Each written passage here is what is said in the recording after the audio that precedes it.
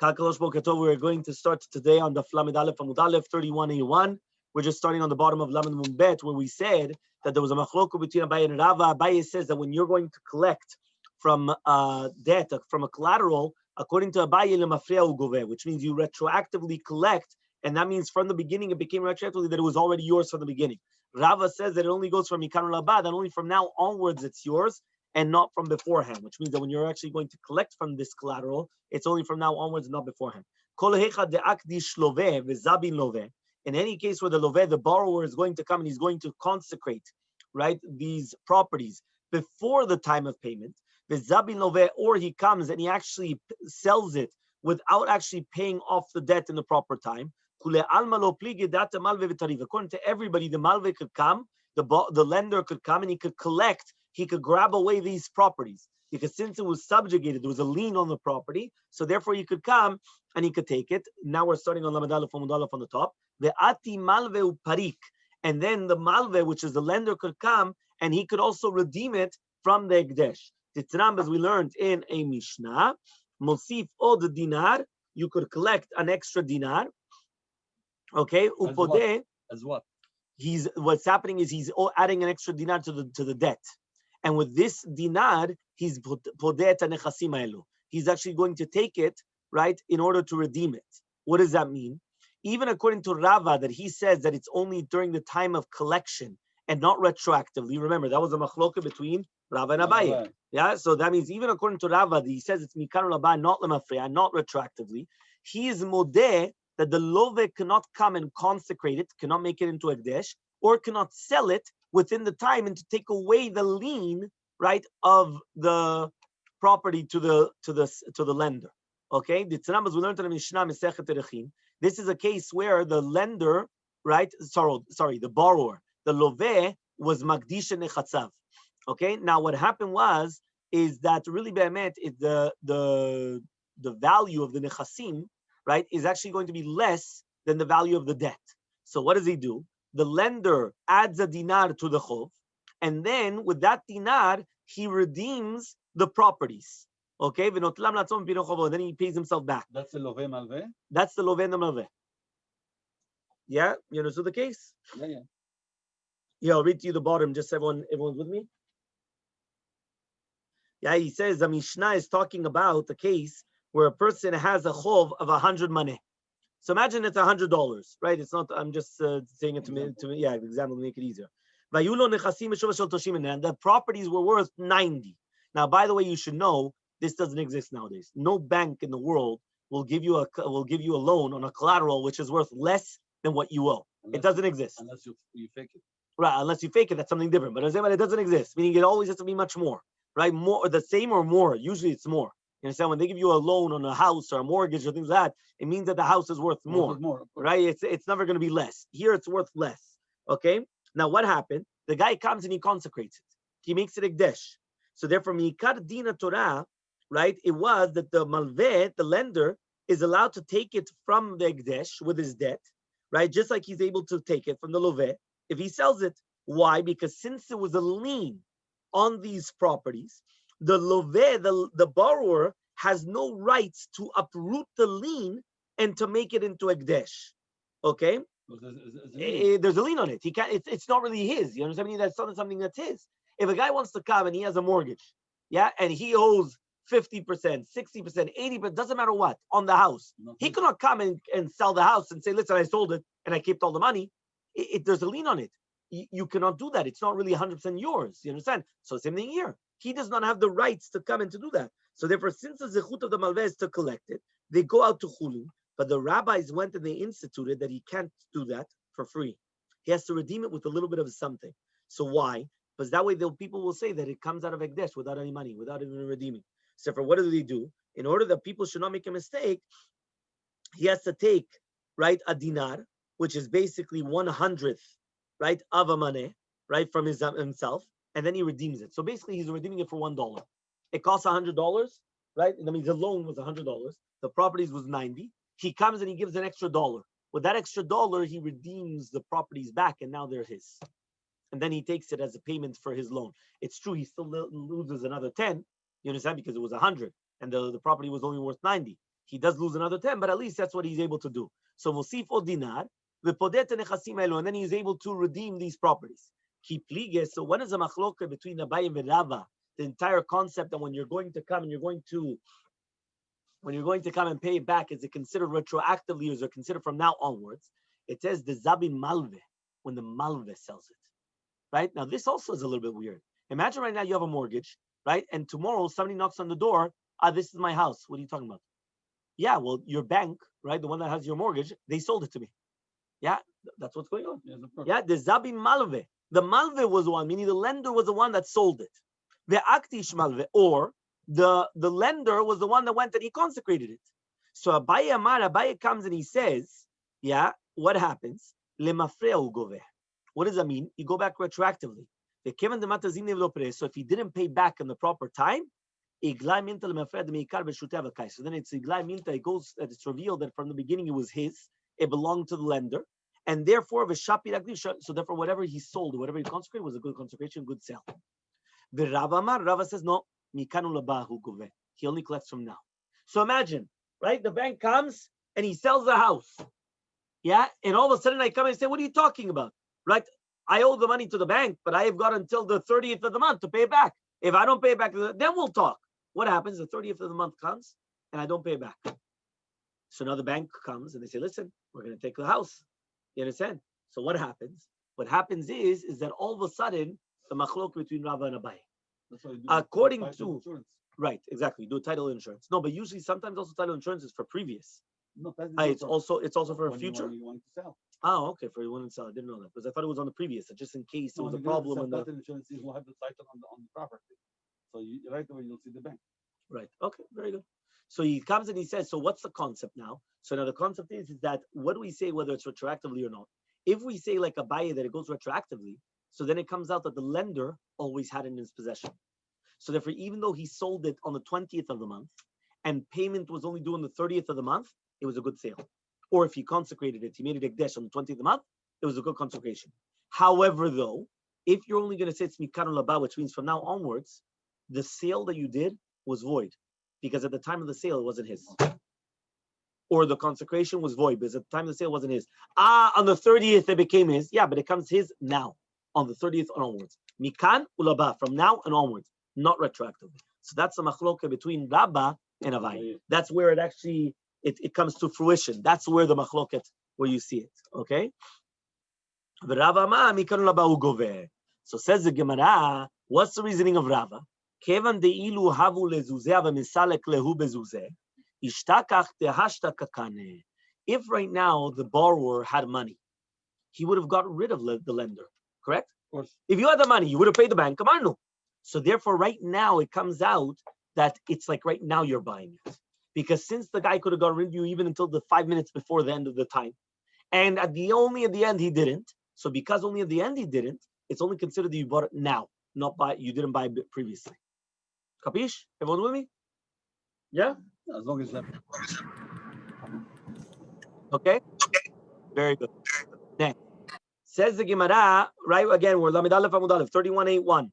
It says, Umiyamar Rava Hachi? Does really Rava come and he says that it's only Mikanu Laba? That it's only from now onwards that a Baal Chov gets the property, it's only now onwards? He says, Ve'amar Rami Bar Chama, says in Mechama, Reuven shemachar sadeh leShimon b'achrayut. Imagine right now, Reuven comes and he sells a field to Shimon with a guarantee. What's the guarantee? The guarantee is if somebody comes and he asks for money, right, to collect from the field, so still he has to come and he has to pay for it. Okay, so that's a guarantee.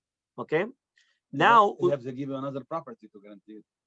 No, it's just achrayut is it's signed in a document, and therefore if anybody does come, he's obligated to pay it. Yeah, so he comes and he says. That's like the condition. Yeah, that means basically you could go back to Shimon because sometimes they sell houses or they sell properties as is. Yeah. As is means however it is. There's going to be a lien. It doesn't matter. The way that it is, that's what you're buying it. Other times, no, it's a guarantee. What does it mean a guarantee? That nobody else owns it. Because if somebody's going to come, they're going to say, I have a lien on it. So now you go back to the original person, you have to pay the lien, not the new person. Because you're exactly, yeah. So he comes and he says, Reuven shemachar sadeh leShimon b'achrayut. So what happens, right? He comes and he says, he comes and he says as follows: "Bezakvan alav b'milveh," which means shebizman ha'mechira, right? Shimon did not have money during the time of the sale. Shimon did not have money. So what happened? Zakvan alav b'milveh. He went and he took the money as a loan. That means basically it became like a loan. So imagine, by the way, you should know sometimes this happens. For example, I want to sell you a house, and right now you just don't have the cash, right? You don't have the money. So I come and I say, okay, fine, it's a loan. Meaning you bought the house, but I changed it from a sale to a loan. So now you owe me the money of the house. What's it called? Owner financing. So that's what it is. Yeah, owner financing. Yeah. So zakvan alav b'milveh. Then what happens is met Reuven. Reuven dies. Ve'ata balchov de Reuven. Right now comes the balchov of Reuven. Ve'tarif le mishimon. And he comes, right? And what happens is that he takes it from Shimon. Okay? Ve'ata Shimon. Who takes it on the Yorshim? No, not the Yorshim, the balchov. Sorry, 1 second. I have to open the door because nobody has this.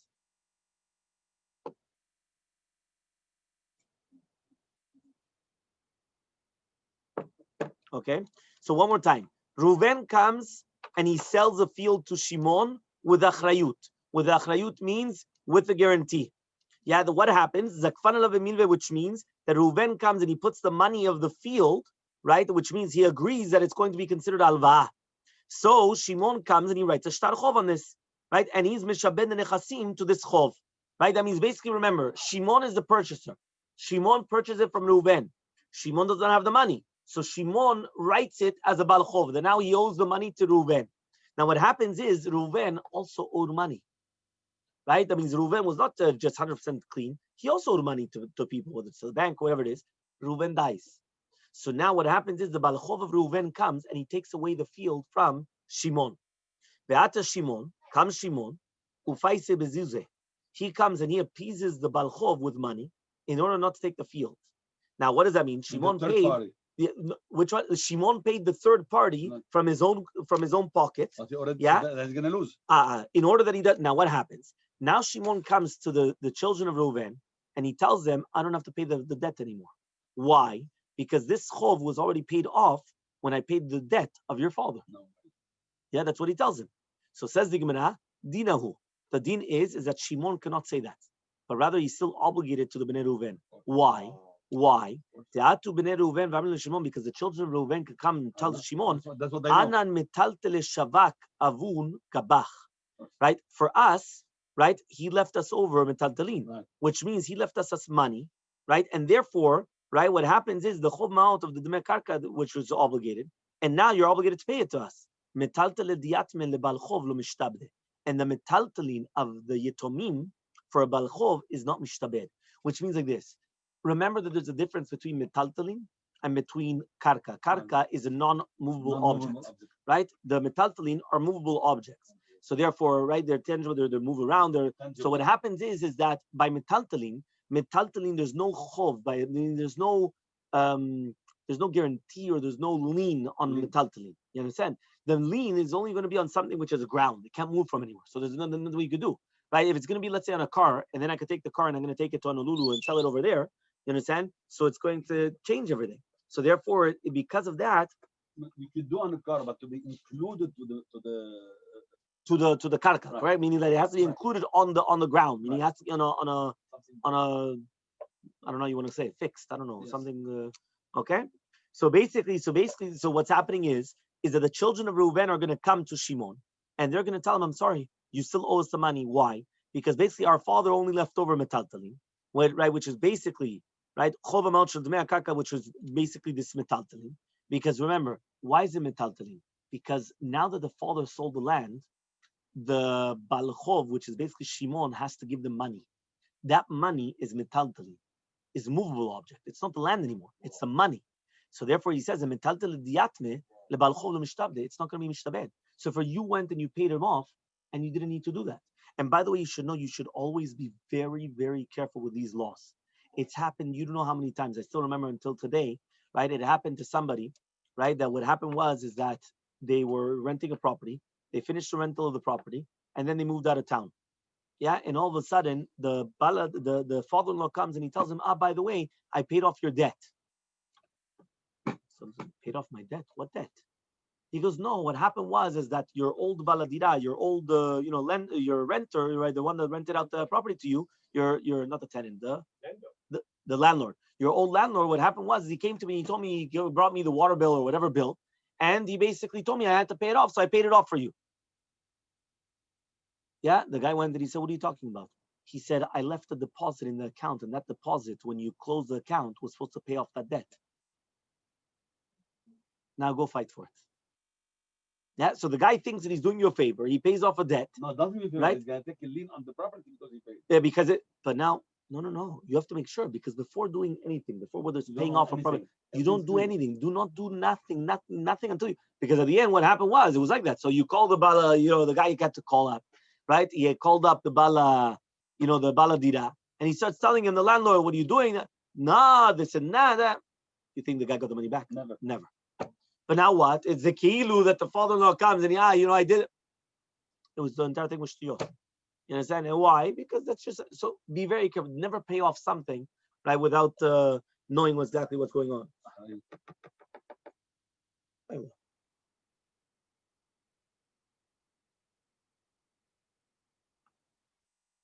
One second. So what happens now is, it says the Gemara as follows. Rava says, Ipikeach Shimon, right? If right now Shimon is smart, right, he wouldn't pay it back. Elamagbiulu ara, he would give them to collect the property. Vehadar gavela minayhu, and then he would come and take it back from them. Why? Because of the achrayut, which means, if you remember, how do we start off the case? Reuven sold the field to Shimon with achrayut. Achrayut means that if somebody comes to collect it from Shimon, Reuven has to pay it back. So if Reuven was smart, what would he have done? He would have told them, you're going to take the property because of the loan. No problem. You take it, and then he comes and he collects it back. Because since it was sold to him as a chayut, then he takes it back. Because the other way around, he lost all that money, and now he doesn't have to pay back. And then meaning he lost the money, and he still has to pay back the loan. So as it comes out that in the first case, he paid back double. Because he had to pay off the lenders, and then he has to pay off the debt. So he has to pay back double. In this case, he doesn't have to. He only has to pay back once, because he lets them collect it, but now he collects it again from them because of the achrayu, because of the Amar of Nachman, says of Nachman, Yetomim shegavu karka b'chovat aviyim, because Yetomim that they come and they collect land, right, with the debt of their father, Balchov chozer v'goveh otam mehen. So Balchov is going to come and he's going to collect it back from them again. Okay? Fine. So says the Gemara, Iyam Rabbi Shlema, if you're going to tell me now, lemafreya hu goveh, that it's going to be lemafreya, lemafreya means that it's going retroactively.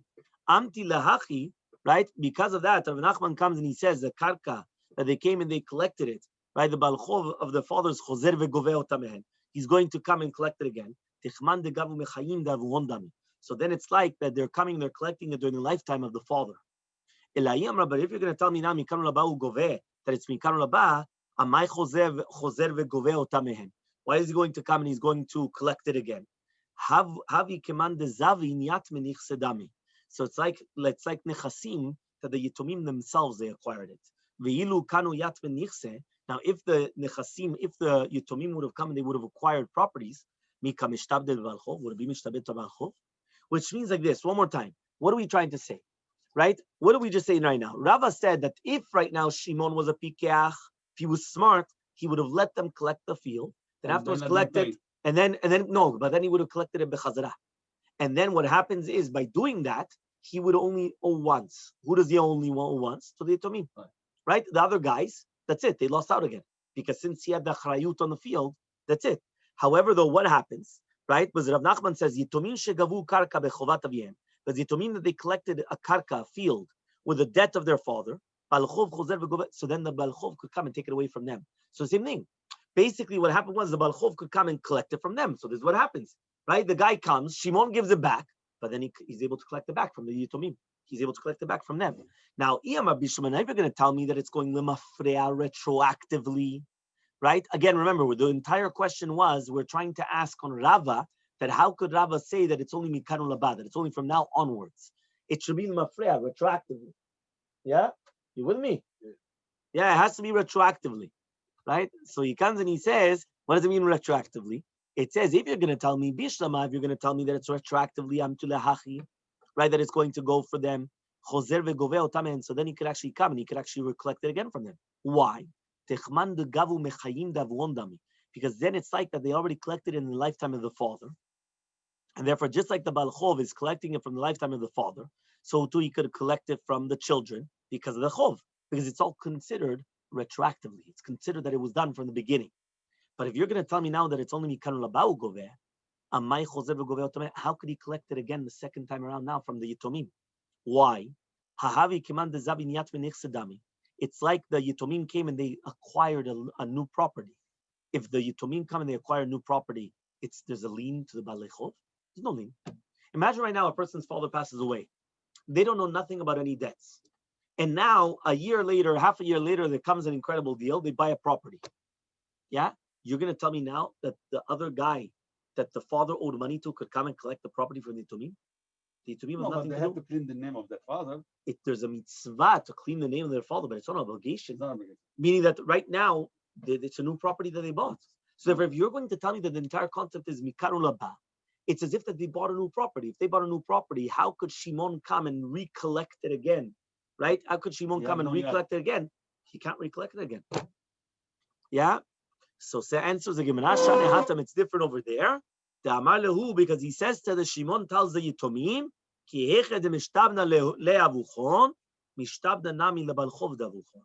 says, just like I am mishubad to your father, right? Which means for the chov, so too, right? I'm mishubad to the Baal Chov of your father, right? Which means that I myself, because your father was obligated to me as well. Which means just like I'm obligated to you, I'm obligated to the Baal Chov of your father. Who's the Baal Chov of your father? Me myself. Because since your father sold it to me with achrayut, right, with a guarantee, so therefore it's the same halacha.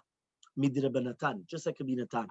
The time we learned in the Braita, Rabbi Natan says this is basically a very, very famous Rabbi Natan. Minayin lenoshe bechavero maneh bechavero bechavero shemotziim mizeh v'notnin lezeh tamul lomar v'natan la'asher asham lo. Which means like this. Imagine right now Ronen owes me money. Yeah, and I owe Binyamin money. How do we know, right, that Binyamin could go directly, not to me, directly to Ronen? Right, because that's what's happening. Right? Which means we're going to go to the original borrower, right? Right? The original borrower to the last one. Meaning they're going to skip out the middleman. How do we know that you're allowed to do that?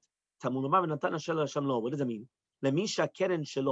Which means that this is the Mekor of Rav Nachman, the Yitomim, that they collect land with the debt of their father, a Baal Chov could come and collect it again from them, because this karka, right, just like it's subjugated, there's a lien to the father, so to it's subjugated to the Baal Chov originally.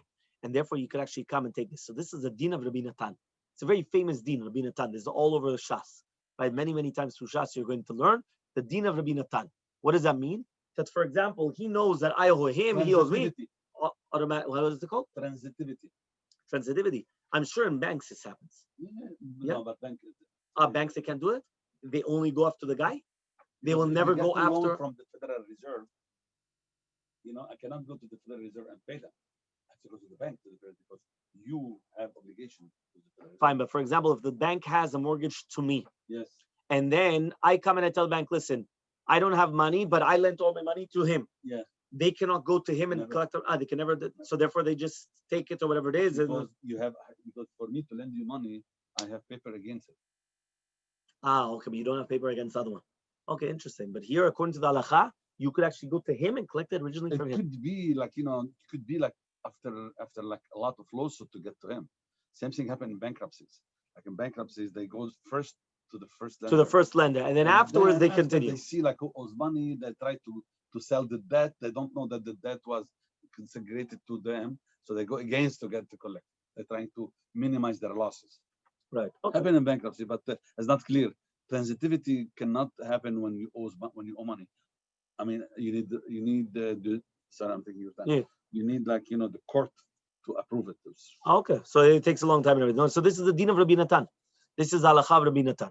Okay, Tznam we learned on the Mishnah. Okay, now we're going to ask another question again on Rava. That Rava said Mikanu Laba. Remember, we're always going back to the original concept. Machloke between Abaye and Rava.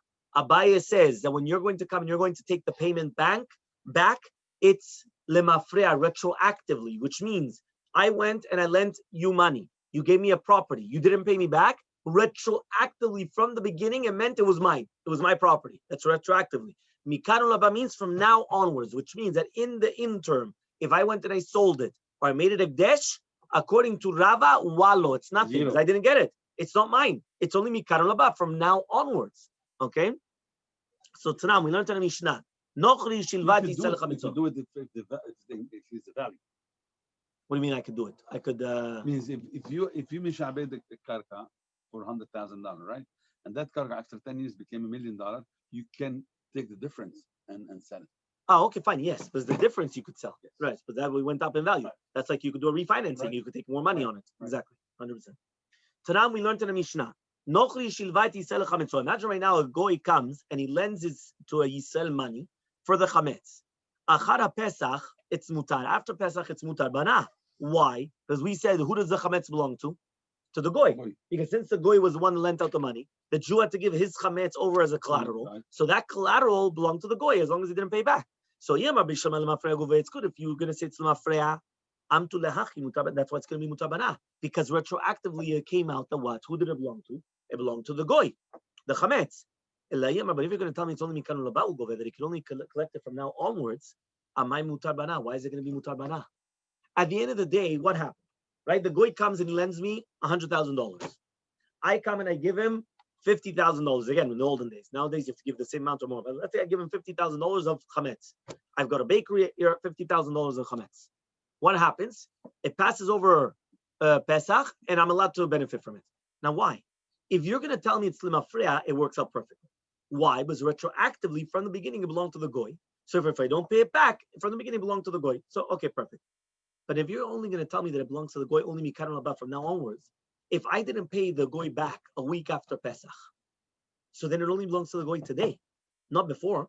So then how would anybody be able to benefit from this chametz shaval al Pesach? Right? It was only mikanu laba. It's only from now onwards. The minute you sign, the minute you give it to him. No, it's only from the time that you didn't pay back, that now he keeps the collateral. Now it's his, not beforehand, not from the beginning when you give it to him as the collateral. Okay? So then it's not chametz legoy. Then exactly, that's the question. If you say it's lemafrea, so then the chametz belong to the goy, then it's perfect. But if you're going to say it's mikanu laba, the chametz didn't belong to the goy until today. It didn't belong to until today when I didn't pay it back. So therefore, you had in Pesach. I mean, the chametz and Pesach, so chazar mutabana. So says the Gemara, but if you're going to tell me mikanu laba ugove, am I mutabana? So answers the Gemara, bishuta di Israel havakai. It was in the bishut Israel, and therefore that's why it's going to be asur bana, right? Just like chametz of Israel. That means basically since it was your possession, that's why it's going to be asur. So sorry, one more time. That was part of the question. Bishuta di Israel havakai. At the end of the day, it's still in the reshut of the Israel. So since it's still in the reshut of the Israel, it should be prohibited. You know, answers the Gemara. A couple of years ago, somebody had like whiskey, the whiskey like very expensive, like $20,000, $30,000 a bottle, and he had the same deal. The guy said, "I don't want to return." Ah, right. He didn't want to, but he had to pay the alcohol. Yeah. He had to pay it. Yeah, but it was like what? It was peanuts. $10,000 or whatever he signed, and it was like $1 million. That's why it just shows you, though, you have to be careful what you actually write down the real value. You have to actually be very, very careful on that, 100%. Even though some people you have to actually realize it's an estimate. What does that mean? Because, for example, if you have an open ketchup and you're selling it, you can't sell it as a closed bottle of ketchup. No goy is going to buy for the same price, open and closed. But it's an approximate value. You understand? It has to be approximate. Okay? So says the Gemara, what are we dealing with? What happened?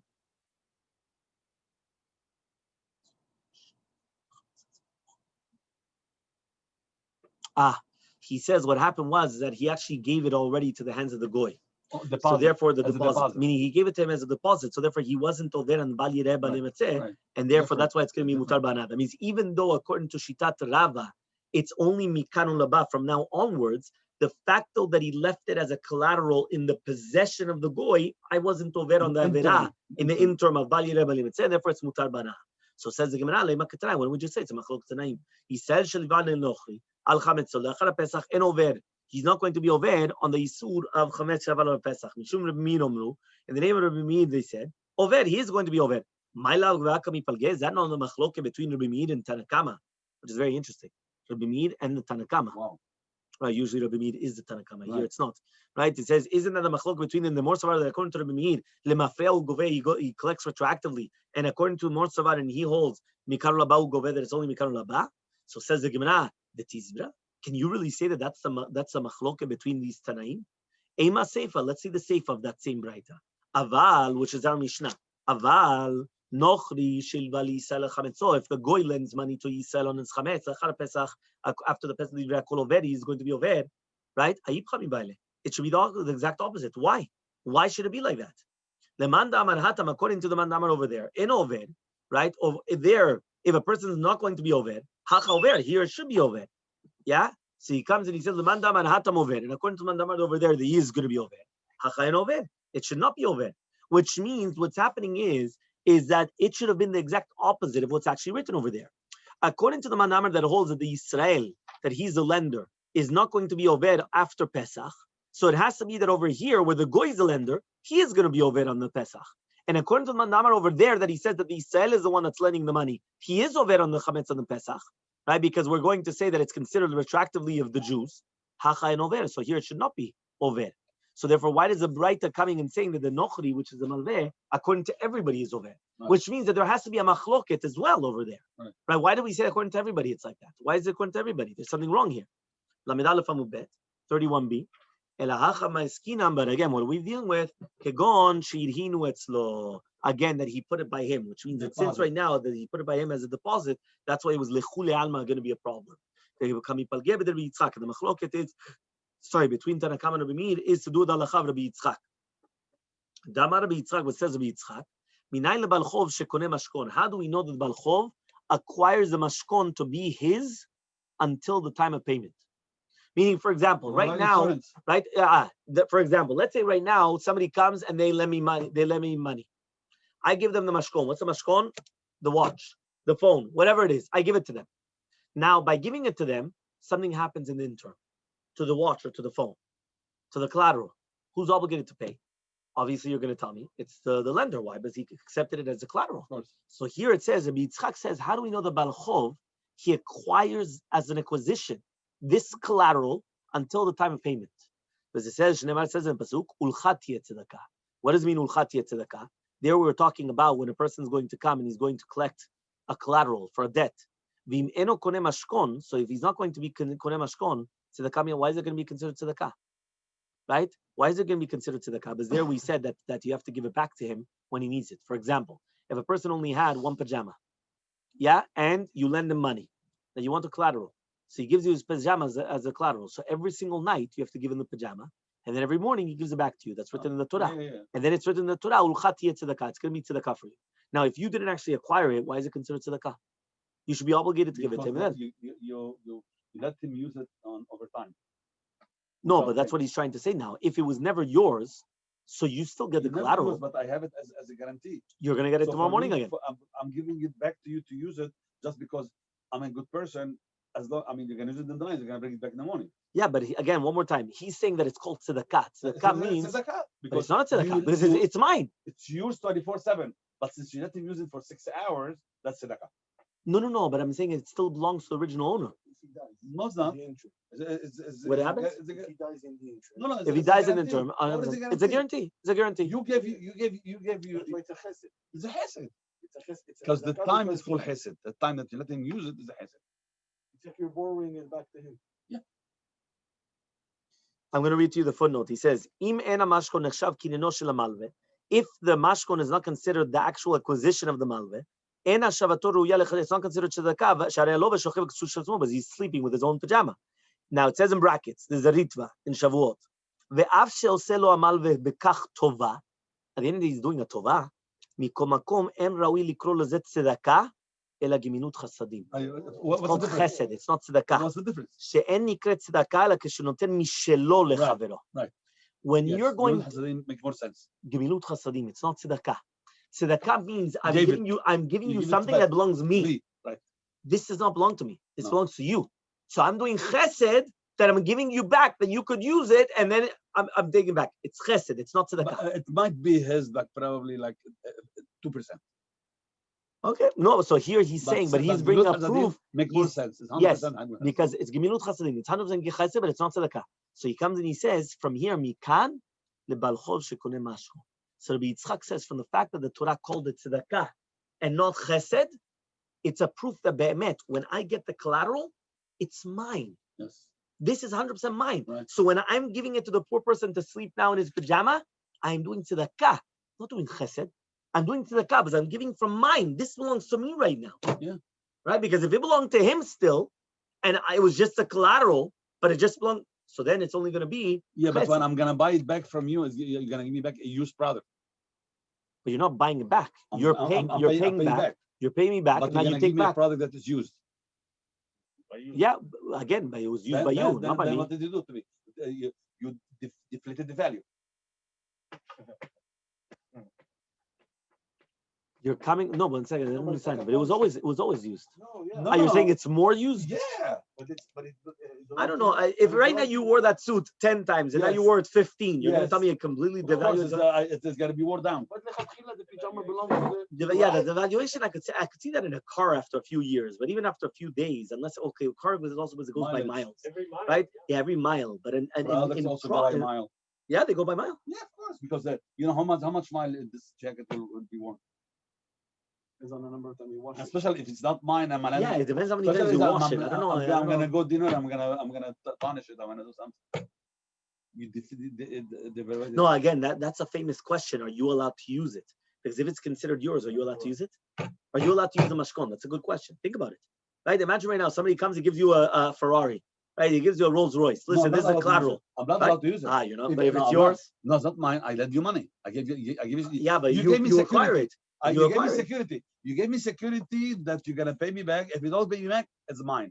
As long as the time did not pass, I'm not allowed to use it. Very good. During that time, can you use it? Yeah. Deposit with the interest. Somebody, you rent an apartment, you give a deposit, 2 months deposit. Right. The landlord cannot put it in a savings account and get interest. He has to pay the tenant the interest. Behemet? Yeah. So what does he do with that money? It's on mashkon. It's on hold. But he's not allowed to use it at all? No, he's not allowed to use it to get interest. But he could use it to pay off his debts, and he could use it for whatever personal things. As long as you have signed that you're gonna pay me back when I need it. I'm putting the deposit. Yeah, but you know that the majority of the times they never pay you back. No, but so you put the deposit in the building, not by the landlord. You put it like a if it's a house, it's a little bit different. But like you put it in an escrow account, or you do. In today's age, for example, in New York, I gave you 6 months deposit for me to give you that stuff, right? And now what happened this year, you don't have money to pay me the rent. I'll give you notice, first notice, second notice, third notice. I'm gonna start to withdraw the money from the deposit. And then you start taking the deposit, 6 months, you're out. Unless you refill the deposit. Okay, fine. Wow, 6 months of deposit.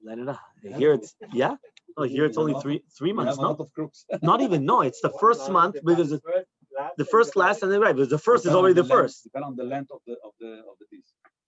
The length of the lease. Okay. So the eviction process probably in New York takes forever. No. Even if I'm signing you a lease for 10 years or 15 years, I need 6 months deposit. Right, because you're saying that it's a 10, 15 years, right? Usually on other things, it's usually for 1, 2, 3 years, whatever it is. It's true. Residential here, I think, is 1 year. 1 year. 1 year. Yeah, 1 year maximum. So they take, I think it's like 3 months, because it's first month, last month, and the deposit. So it's like that's 2 years. It's 3 years also. No, apparently, here it's apparently they're not allowed to. 3 years, it's not valid. Yeah, it's not valid. It has to be a 1 year, one year lease. Yeah. So every year you have to renew. Every year you have to renew. You have to pay, and you have to pay the realtor commission every year. Yeah. Yes. Yeah. That's why everybody's a realtor. Might as well see out of business. Let's go. Right. So it says here. So this is the Yitzchak. Yes. Is like the pawn shop. Yeah, something very similar to a pawn shop.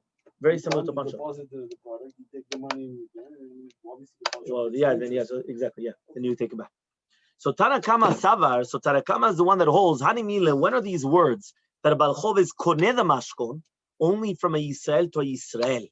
Who the Karina because then it's called Ulchat Yetzedakah. Aval Yisrael mi nochri, but a Yisrael from a goy, right? That I'm not obligated to do the tzedakah to the goy. So then lokani, I don't acquire it. Rabbi Mean Savar, but Rabbi Mean holds Kal Vachomer. Yisrael misal kani. If a Yisrael from another Jew is going to be koneh, Yisrael minachli lo kol sheken. For sure, he's going to be koneh. So therefore, because of that, according to the Meir, chametz which was taken, right, that the Jew takes as a collateral from a goy is going to be a sur because it belongs to the Jew. So therefore, if from a Jew to another Jew he acquires it, for sure he acquires it from the goy, and therefore according to the Meir, for sure it's going to be a sur, right? This chametz shavar alav pesach that's what happened. It's considered chametz shavar alav pesach. Aval nochri shilvayt Yisrael. However, though, when the goy lends out money to the Jew, al chametzo, and the Jew gives the collateral as the chametz, achara pesach, after pesach, according to everybody, is going to be over. Hatam vaday nochri misel lokani. For sure, the goy does not acquire it from a Yisrael, right? And therefore, because of that, that's why it's going to be a surbana. Because the goy doesn't acquire it from the Yisrael; it still belongs to the Jew. So since it still belongs to the Jew, that's why it's going to be a surbana. Okay. So according to this maskana, now we're going to say, Tanah, we learned in the Mishnah. When you have a goy that he lends to a Jew on his chametz, achara pesach mutar bana. After pesach, it's going to be mutar bana. Nehi nami, right? Even though we just said now in the Mishnah, right, that we're just saying now, it's still not understood, right? So Why he lends is it money on the chametz of the Israel. Yeah, the goy lent money to the Israel. The Israel comes and he gives him the chametz that he has. He gives the chametz to the goy, but now he gave it to the goy, meaning that the chametz was found by the goy. Fine. Right? So what do we say? Hamarta, we said, nochri misai lokani, that a goy does not acquire it from Israel. So what do I care now that it's in the possession of the goy, meaning it's in the property of the goy? He doesn't acquire it. Did you say Yeah, you should say balireh, because at the end of the day, it's still in his possession. So says the Gemara, lakash yatzon a question. There's all difference whether you told him me'achshav or not, which means that sometimes you could come and you say from now. Meaning I could come and I tell you, listen, I have to give you the collateral.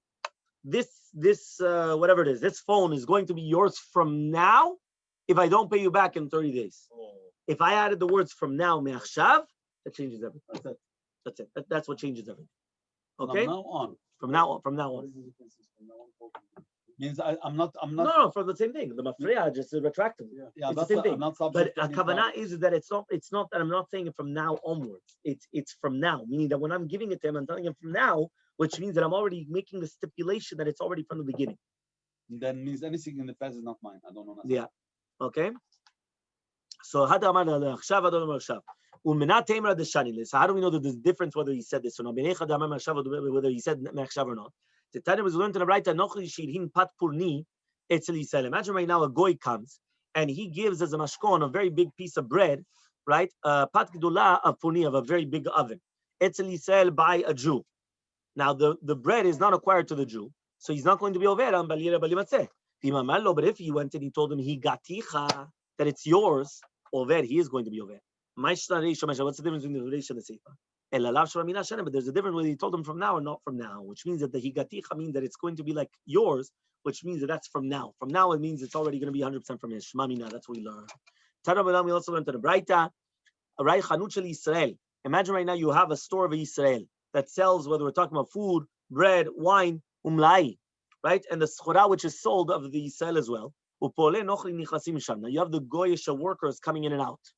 Okay, chametz Pesach, any chametz was found there after Pesach, asur bana is going to be asur bana. Why? Because mistama, it was from the store of the chanut, meaning it wasn't from the poalim. Meaning that right now comes, right, imagine right now, you have a store, you have whatever it is, you come back after Pesach and you find chametz. So mistama belonged to the store owner. It didn't belong to the goyim, which are coming in and out. It belonged to the store owner.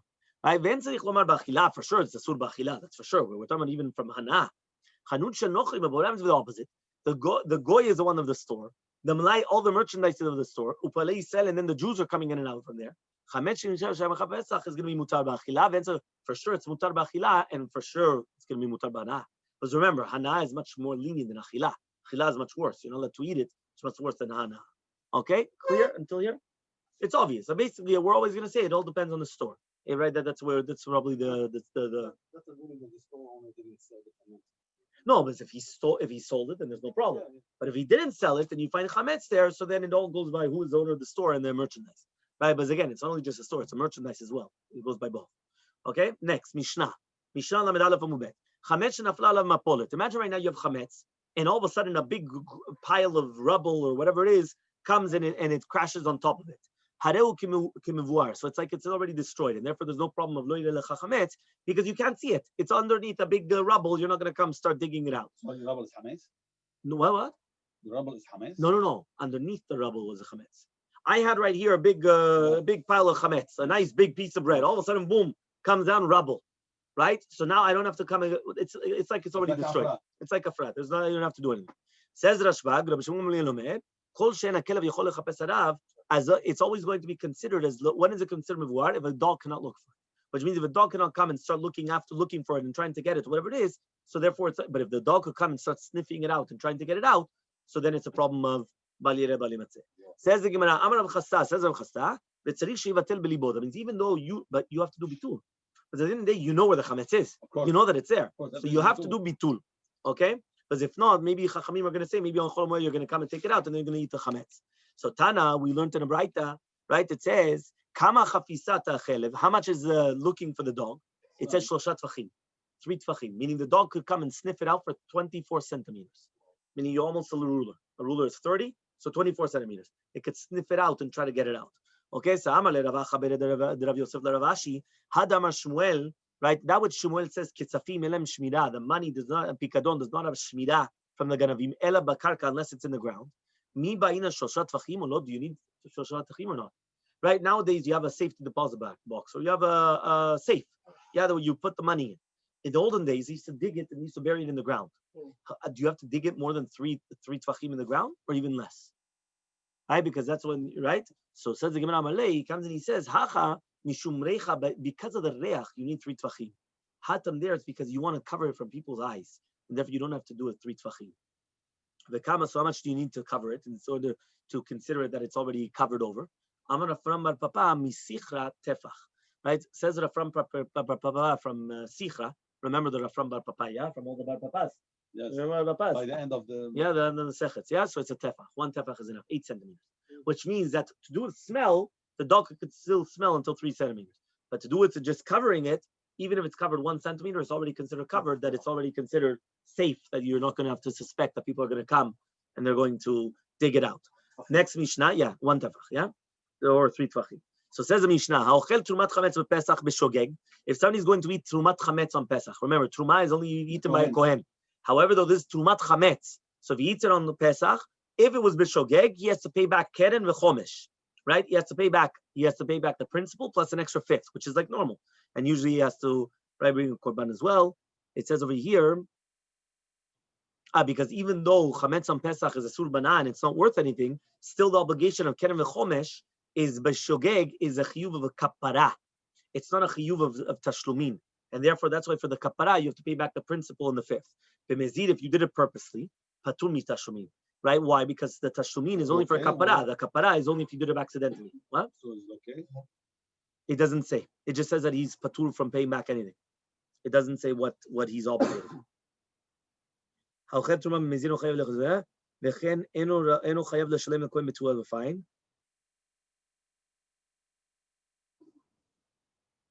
Okay, Shitat Rambam that he is chayav.